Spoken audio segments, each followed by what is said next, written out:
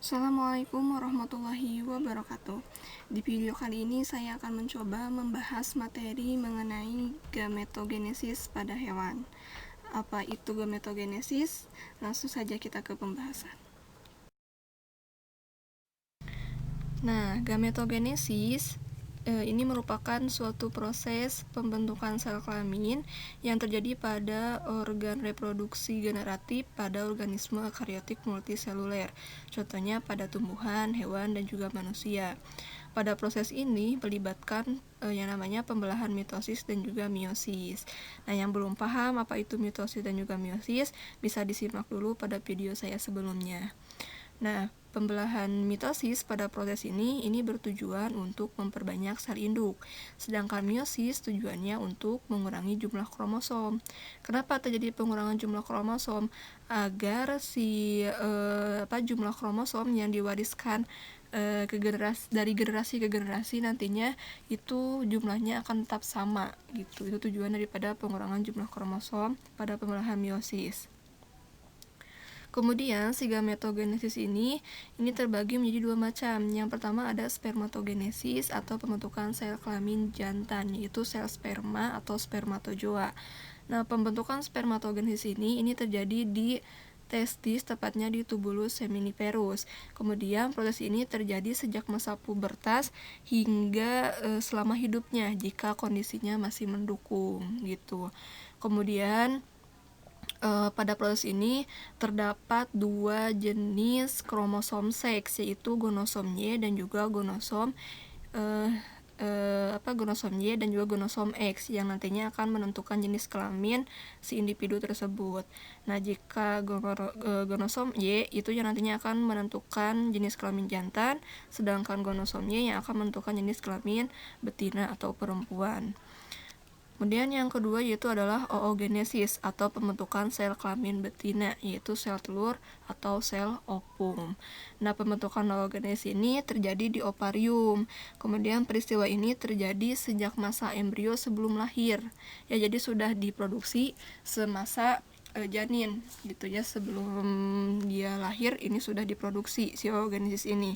Kemudian ketika lahir ini akan terjadi fase dorman atau istirahat, akan dilanjutkan lagi nanti ketika menginjak masa pubertas hingga masa produktif sebelum menopause gitu.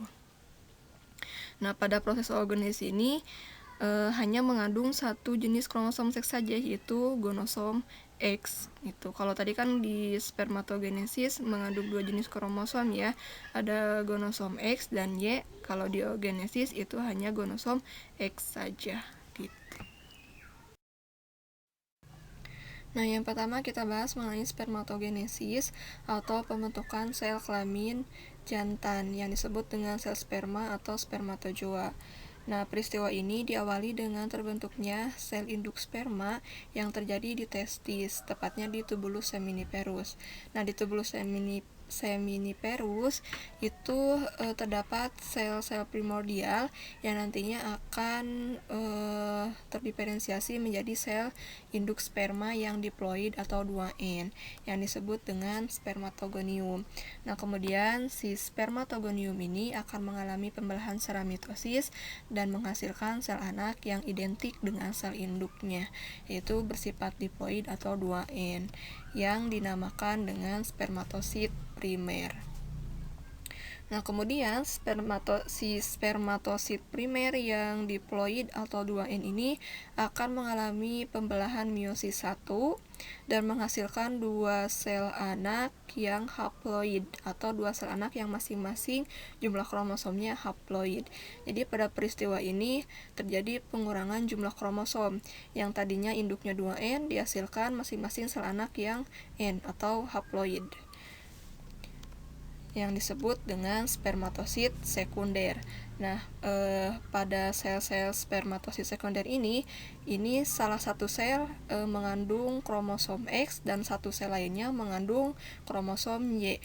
Jadi pada spermatosit sekunder ini atau pada spermatogenesis itu terdapat dua jenis kromosom seks, ada kromosom X dan juga kromosom Y. Nah, kromosom X itu nantinya yang akan menentukan kelamin perempuan, sedangkan kromosom Y atau kromosom seks Y itu yang nanti akan menentukan kelamin jantan atau laki-laki.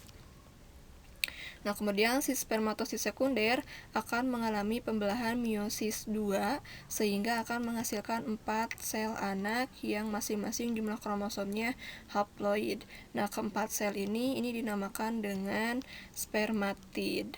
Nah, kemudian si spermatid ini akan mengalami diferensiasi atau maturasi.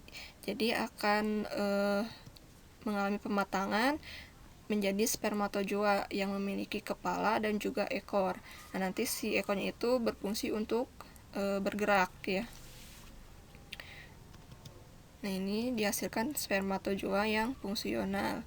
Jadi pada peristiwa spermatogenesis ini dari satu sel induk itu akan dihasilkan 4 sel spermatozoa atau 4 sel sperma yang fungsional atau 4 sel sperma yang siap untuk melaksanakan fungsinya. Jadi ketika bertemu dengan sel ovum atau sel telur itu akan terjadi peristiwa pembuahan.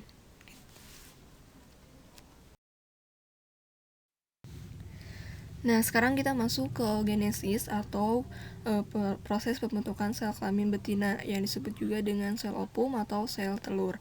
Peristiwa ini diawali dengan terbentuknya sel induk telur di ovarium yang berasal dari sel-sel primordial yang nantinya akan terdiferensiasi menjadi sel induk telur yang sifatannya diploid atau 2N. Nah, sel induk telur ini dinamakan dengan oogonium. Kemudian si oogonium ini nantinya akan membelah secara mitosis dan menghasilkan sel anak yang identik dengan sel induknya yang dinamakan dengan oosit primer. Nah, pembentukan oosit primer ini sudah terjadi sejak masa embrio atau sebelum lahir atau selama masih dalam kandungan. Nah, proses pembentukan oosit primer akan terhenti ketika si janin sudah lahir, akan masuk fase dorman atau fase istirahat. Nah, nanti akan dilanjutkan lagi ketika sudah menginjak masa pubertas. Kemudian si oosit primer ini ketika sudah masuk ke masa pubertas akan mengalami pembelahan meiosis 1 dan menghasilkan 2 sel anak yang ukurannya sangat berbeda. Satu sel itu lebih besar dan mengandung banyak sitoplasma dan juga kuning telur yang dinamakan dengan oosit sekunder. Nah, satu sel lagi ini ukurannya lebih kecil dan tidak mengandung sitoplasma, hanya mengandung inti saja yang dinamakan dengan badan polar 1 atau polosit sekunder. Nah, dalam peristiwa ini atau dalam pembelahan meiosis 1 ini terjadi pengurangan jumlah kromosom. Yang tadinya si induknya itu 2N, ini akan menghasilkan 2 sel anak yang masing-masing haploid atau hanya setengah dari jumlah kromosom sel induknya saja. Kemudian si oosit sekunder sama si badan polar 1 ini akan mengalami pembelahan meiosis 2. Nah, si oosit sekunder itu akan menghasilkan 2 sel anak yang ukurannya berbeda pula. Nah, yang satu itu lebih besar, yang satunya lagi lebih kecil. Nah, yang lebih besar ini dinamakan dengan ootid. Yang satu lagi ini dinamakan dengan badan polar 2 atau polosit primer. Kemudian si badan polar pun juga sama, akan membelah dan menghasilkan 2 sel badan polar yang haploid juga ya, atau dinamakan dengan badan polar 2 atau polosit primer. Kemudian si polosit primer ini atau si badan polar 2 ini tiga-tiganya akan hancur nantinya, akan terjadi degradasi atau peleburan.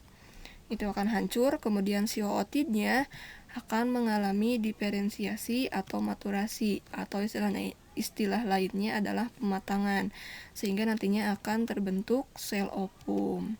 Sel ovum yang fungsional atau sel ovum yang siap menjalankan fungsinya secara normal. Jadi ketika ada sel sperma, dia siap untuk dibuahi.